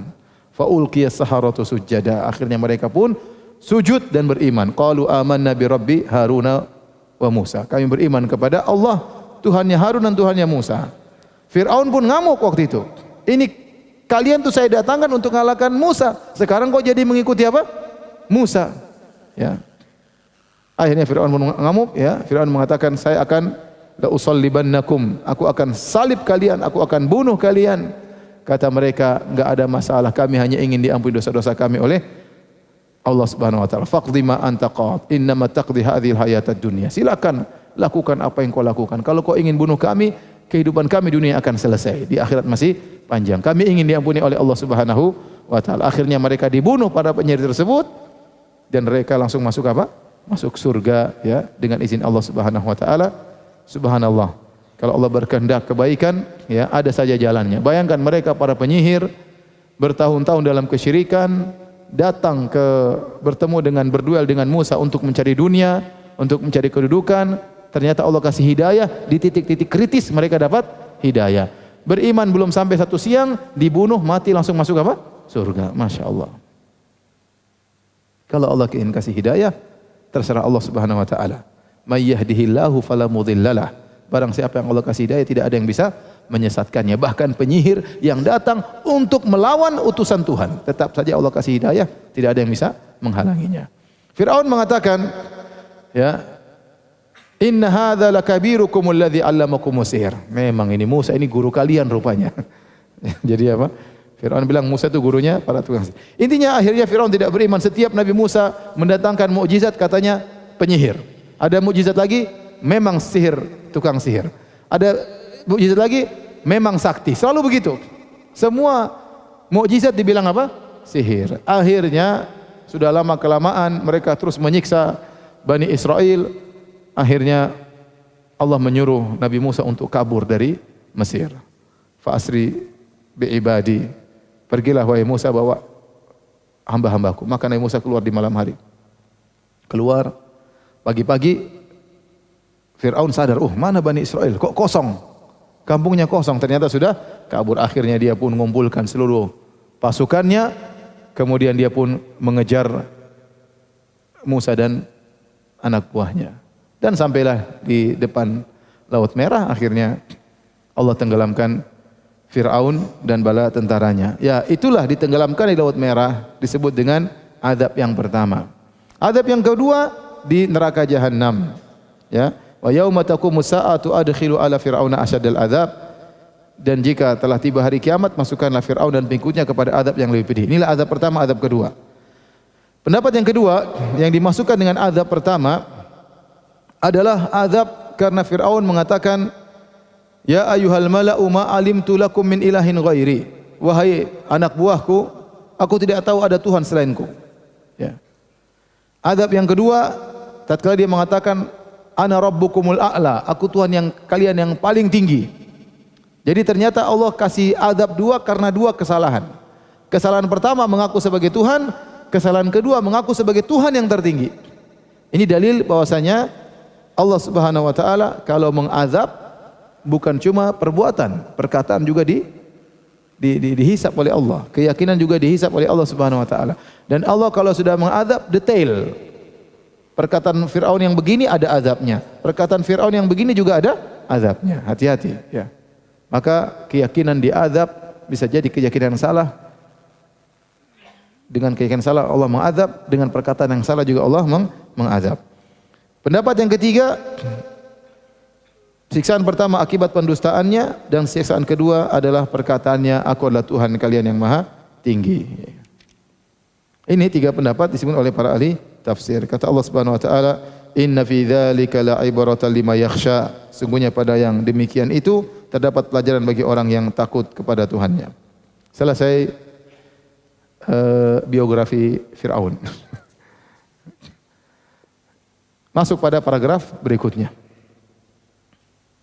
Kenapa Allah sebutkan Fir'aun? Kata para ulama, karena kisah Fir'aun diketahui oleh orang-orang Quraisy. Orang Quraisy tahu tentang kisah Fir'aun. Karena kisah tersebut gempar, kemudian heboh, sampai ceritanya turun-temurun diceritakan, sampai orang-orang di Jazirah Arab juga tahu. Apalagi Laut Merah tidak jauh dari Jazirah Arab.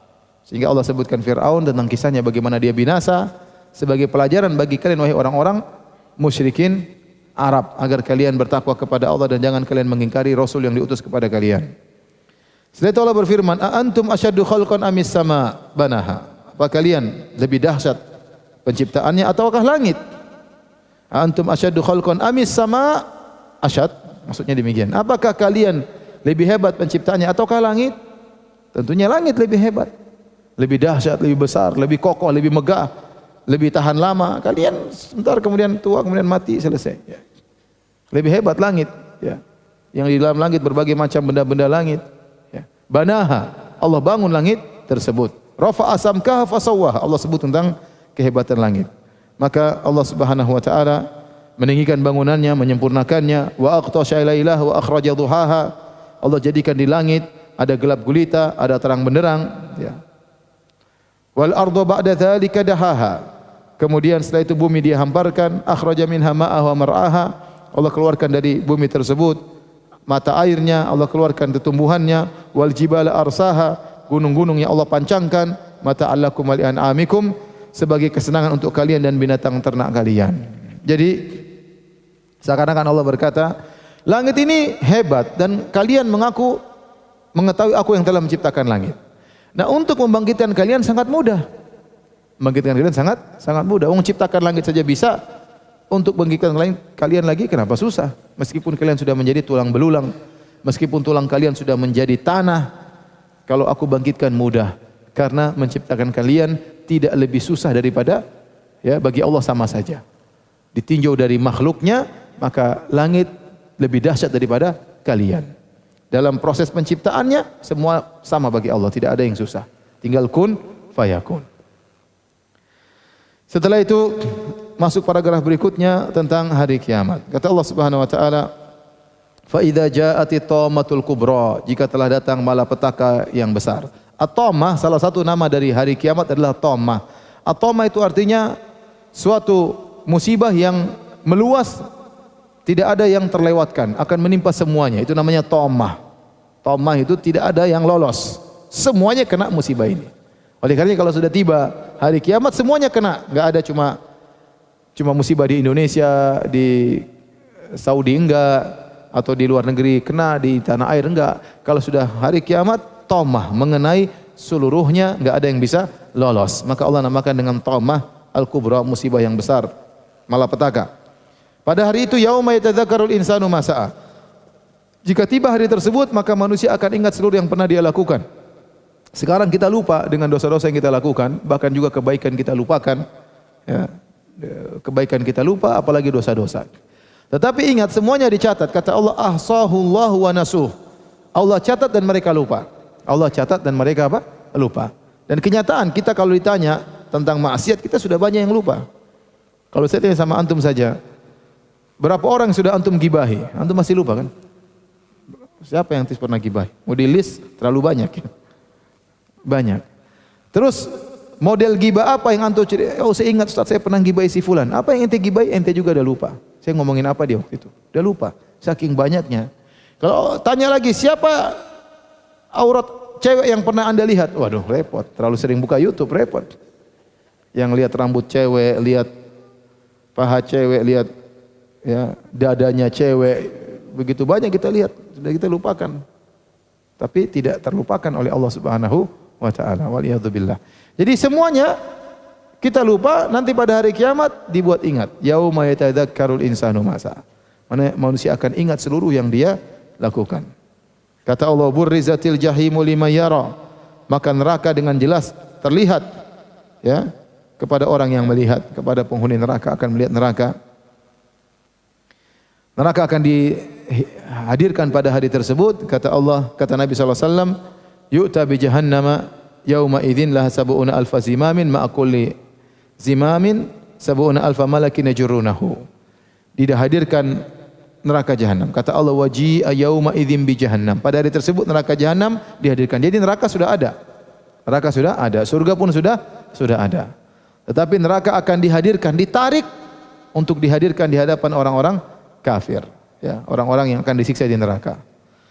Maka yang menarik neraka jahanam adalah neraka jahanam ditarik dengan 70.000 tali, setiap tali ditarik oleh 70.000 malaikat, sehingga jumlah malaikat yang menghadirkan neraka jahanam adalah 4,9 miliar malaikat. Masing-masing malaikat kita tidak tahu besarnya kayak apa. Maka dihadirkanlah neraka tersebut, dan neraka itu sangat luas, sangat luas. Saking luasnya neraka minta kepada Allah, ya Allah, hal mim mazid, masih ada enggak? Masih ada kan? Masih kosong ya Allah. Subhanallah. Buat orang Bekasi semuanya cukup, masih cukup. Waliyadzubillah ya. Mudah-mudahan kita selamat ya. Jadi luasnya luar biasa, saking luasnya sampai rembulan dilempar dalam matahari, dalam neraka, matahari dilemparkan dalam neraka ya. Luas sekali. Allah bertanya, halim talati, kau sudah penuh wahai neraka? Belum, kata neraka. Hal mim mazid. Masih adakah enggak? Ya, saya masih butuh, kapling masih kosong. Mengerikan. Kata Allah setelah itu, fa amma man tagha wa atharal hayatad dunya. Adapun orang yang melampaui batas, mendahulukan kehidupan dunia. Fa innal jahima hiyal ma'wa, maka neraka adalah tempat kembalinya. Ini sifat orang kafir, mendahulukan apa? Dunia. Bal tu'thirunal hayatad dunya. Kalian mendahulukan kehidupan apa? Dunia. Maka seorang jangan sampai menjadikan dunia sebagai tujuannya, ya. Makanya di antara doa Nabi sallallahu alaihi wasallam, wala taj'alid dunya akbaru hammina. Jangan kau jadikan dunia sebagai cita-cita kami, sebagai tujuan apa? Kehidupan. Kita boleh punya dunia, tapi itu sebagai apa? Sarana, bukan sebagai tujuan. Kalau seorang mencari dunia untuk akhirat tidak mengapa. Orang mencari dunia untuk akhirat tidak mengapa. Dia bekerja ternyata hasilnya untuk menafkahi anak istrinya, untuk orang miskin, untuk anak yatim, untuk para janda ya. Janda tua, janda muda ya, enggak ada masalah ya. Jadi selama dia niatnya untuk akhirat, maka tidak mengapa dia mencari dunia. Di antara dalil yang menakjubkan disebutkan oleh Ibnu Hajar adalah tentang kisah Nabi Ayub alaihissalam waktu dia sakit, kemudian dia sembuh, dia mandi ya. Setelah dia mandi kemudian Allah jatuhkan emas-emas dalam bentuk jarat, dalam bentuk belalang. Waktu belalang emas belalang dalam bentuk emas jatuh, maka Nabi Ayub pun mengambil kainnya, kemudian dia tampung emas-emas tersebut. Maka Allah berkata kepada Nabi Ayub, alam ugnik, bukankah sudah cukup wahai Ayub? Kata Nabi Ayub, Belum ya Allah. Siapa yang merasa cukup dari keberkahanmu? Ya. Man yasba' min barakatik. Siapa yang merasa puas dari keberkahanmu? Ini berkah darimu. Ibnu Hajar mengatakan ini dalil bahwasanya boleh seorang mengumpulkan emas selama niatnya untuk apa? Akhirat. Tidak mengapa. Kalau niatnya untuk dakwah, untuk anak yatim, untuk para janda ya. Janda tua dan janda apa? Muda. Tapi kalau dia kumpulkan emas hanya untuk simpan ya. Masukin ke bank, masukin ke ini, masukin ini untuk bikin rumah emas, binasa. Cari masalah begitu namanya. Cari masalah di mana? Di akhirat. Hisabnya akan panjang. Hisabnya akan panjang, ya, repot. Sangat repot. Ya. Tapi kalau niatnya untuk akhirat, maka tidak mengapa dia kumpulkan emas, harta. Selama tujuannya bukan dunia. Makanya orang yang menjadikan dunia sebagai tujuannya, ini orang-orang yang ciri-ciri orang kafir. Wa atharal hayatad dunya. Bal tu'thirunal hayatad dunya. Kalian mendahulukan kehidupan dunia. Adapun yang kedua penghuni surga kata Allah, wa amman khafa maqama rabbih wa nahan nafsa 'anil hawa. Adapun orang yang takut dengan keagungan Rabbnya, wa nahan nafsa 'anil hawa, dan dia menahan dirinya dari hawa nafsu, fa innal jannata hiyal ma'wa, maka surga tempat kembalinya. Betapa sering hawa nafsu menyuruh kita untuk melakukan ini, untuk melihat ini, untuk melakukan ini, ya, melihat yang haram, semuanya nafsu yang berbicara, ya. Untuk berbicara dengan yang tidak halal, untuk mengambil sesuatu yang tidak halal, untuk hasil yang tidak halal, semuanya nafsu. Barang siapa yang ya wa nahan nafsa 'anil hawa, dia tahan hawa nafsunya, dia kalahkan hawa nafsunya, fa innal jannata hiyal ma'wa, maka tempat kembalinya adalah di neraka, di surga. Setelah itu yang terakhir kata Allah, wa yas'alunaka anis saati ayyana mursaha. Mereka bertanya kepada engkau tentang kapan tiba hari kiamat. Fima anta min dzikraha. Siapa engkau wahai Muhammad dapat menyebutkan waktunya? Engkau siapa Muhammad? Kau tidak tahu.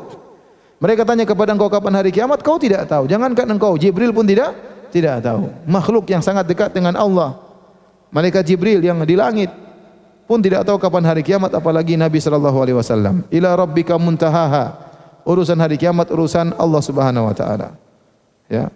Innama anta munziru may yakhshaha. Tugasmu hanyalah mengingatkan akan ada hari kiamat, akan ada hari pembalasan, akan ada hari persidangan, ya. Ingatkan kepada orang yang takut kepada hari kiamat. Ka'annahum yauma yarawnaha. Nanti tatkala mereka orang-orang kafir melihat hari kebangkitan, lam yalbathu illa asyiyatan aw duhaha. Ternyata mereka sadar mereka hidup di dunia cuma sebentar. Cuma pagi hari atau sore hari. Dan benar, dunia yang kita jalankan selama 60 tahun, 70 tahun, 80 tahun dibandingkan dengan hari kiamat seperti cuma sebentar saja. Cuma sekejap tahu-tahu sudah hari kiamat, ya. Demikian yang bisa kita sampaikan dari surat An-Nazi'at. Insyaallah kita lanjutkan di malam surat Abasa, wallahu taala alam bisawab. Yang bisa jawab pertanyaan dapat hadiah, ya. Pertanyaan pertama,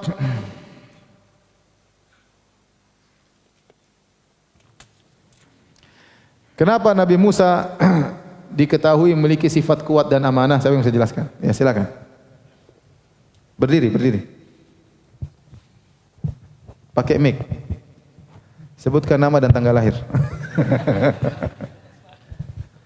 Nama Adi Susanto, tanggal lahir. Tahun berapa lahir? 81. Oh, 81. Masih muda dong. Lebih tua saya, ya. Silakan. Yang pertama, kenapa disebut kuat? Karena disebut kuat karena mampu mengangkat batu yang menutupi sumur. Yang harusnya diangkat oleh berapa orang? 6 orang, dia diangkat dengan sendiri. Masya Allah. Yang kedua, kenapa dibilang amanah? Yang kedua karena dibilang amanah karena tidak suka, matanya enggak jelalatan. Iya. Iya, benar.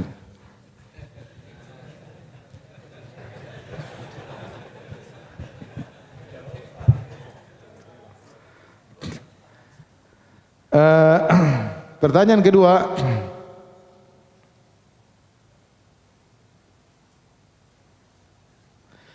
tadi kita sebutkan 3 pendapat tentang Allah mengadab Fir'aun, adab pertama, adab kedua. Sebutkan salah satunya. Hah? Yang sana di belakang, ya. Di luar tadi, ya. Siapa nama? Afif. Lahir tahun? Lupa. Hah? 98. Itu benar apa masih khilaf? Benar. Taib, sebutkan. Pendapat yang pertama itu azab yang pertama itu karena ditenggelamkannya di Laut Merah. Terus adab kedua? Azab keduanya di akhirat. Masya Allah. Pendapat kedua? Pendapat kedua itu tentang perkataannya Fir'aun. Yang pertama, saya Tuhan kalian. Yang kedua, saya Tuhan kalian yang paling tinggi. Masya Allah, silakan. Allah ibarik.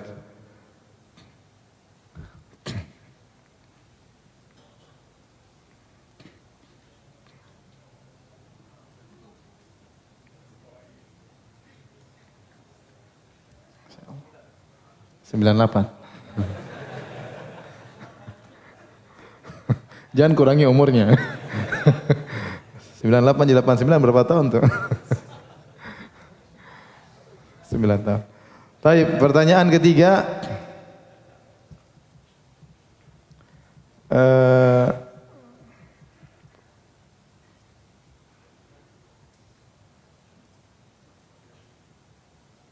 Pertanyaan ketiga. Sebutkan bentuk perhatian Musa kepada istrinya. Ini. Nanti udah nikah belum? Belum. Berdiri. Kemik. Berdiri. Siapa nama? Ibrahim. Lahir tahun? 2006. 2006. Apa perhatian Musa sama istrinya? Jangan ada yang kasih tahu dia. Suruh nunggu diam di tempat. Di tempat agar biar Nabi Musa yang ngambilin apinya. Masya biar Allah. Dingin. Biar hangat badannya. Masya Allah. Syukur. Demikian. Assalamualaikum warahmatullahi wabarakatuh. Subhanakallahumma wa bihamdika.